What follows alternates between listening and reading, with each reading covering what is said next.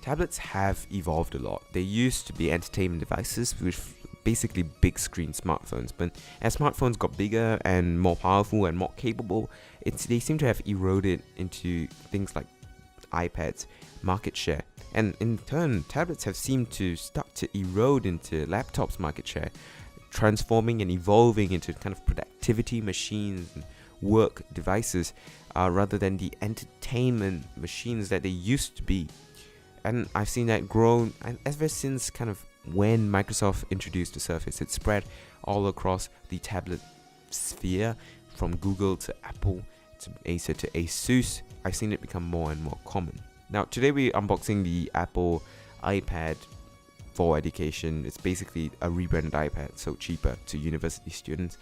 And basically we're not going to dwell on the unboxing experience because there's nothing new with the Apple unboxing experience. Rather, we're going to talk about whether it's a worth it purchase, in particular for an iPad or a tablet in general, an iPad in particular, again, over a laptop if you're a student or someone just doing simple work like typing documents or typing out reports or creating Excel spreadsheets.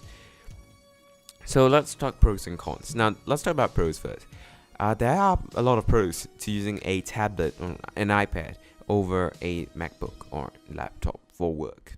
You see, for one, it's an ARM processor, which means it is much more power efficient than the x86 processor on laptops. It's a lot less weak in terms of performance, but if you're doing only typing of documents and you're basically only doing like Microsoft Word, Microsoft Excel, you're not going to need that much power, and an ARM processor is more than enough to keep things smooth and keep things working no problem at all.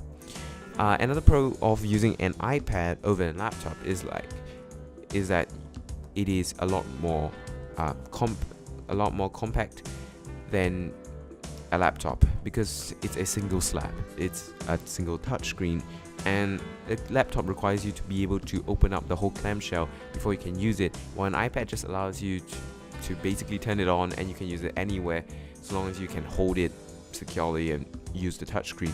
And the simplicity of it allows you to save a lot more space than on a laptop, which I think is a brilliant bonus for someone who needs to study anywhere or do work anywhere and is in a rush, which is awesome. Another function of it is that the iPad is kind of a main touchscreen device, while a laptop is a mainly keyboard mouse device. So with an iPad, that creates a lot more functions and capabilities which it can do. So an iPad allows you to basically highlight and annotate with your fingers, and it feels like you're writing on paper if you're using like an Apple Pencil, versus a MacBook in which you are really limited by the keyboard and mouse, keyboard and touchpad, which is a vastly different experience. And there are benefits to using keyboard and touchpad, but using an iPad's touchscreen gives you so many more options, especially if you're doing kind of work that is just kind of papers and words, that I think it's an absolute bonus to be a mainly touchscreen device rather than a mainly keyboard mouse device. There are some cons to using an iPad, for definitely. For example, the iPad requires a keyboard case if you want to type documents for a long period of time without completely hurting your fingers, and that requires a bit more space. It's a bit more clumsy, a bit less elegant than a laptop with a keyboard attached to it. But I think there is not much harm, especially since how good keyboard cases have become with Logitech and Apple launching these awesome keyboard cases. Apart from that, I can't really think of many cons because the iPad is so much more versatile than the MacBook. Apart from maybe the smaller screen, but the iPad Pro perfectly fixes that issue. So in conclusion then, should you get an iPad for like studying or doing work? I think the answer is yes, you should.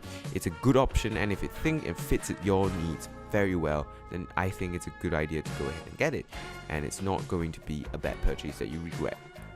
Yeah. On top of that, you can charge an iPad with like a power bank, which while you need a full-on wall port plug to charge your laptop, which I think is like a deal breaker. So I guess that's it for this video. I made it kind of short, made it kind of sweet. If you guys enjoyed it, thank you so much for watching. Subscribe, like, blah blah blah blah.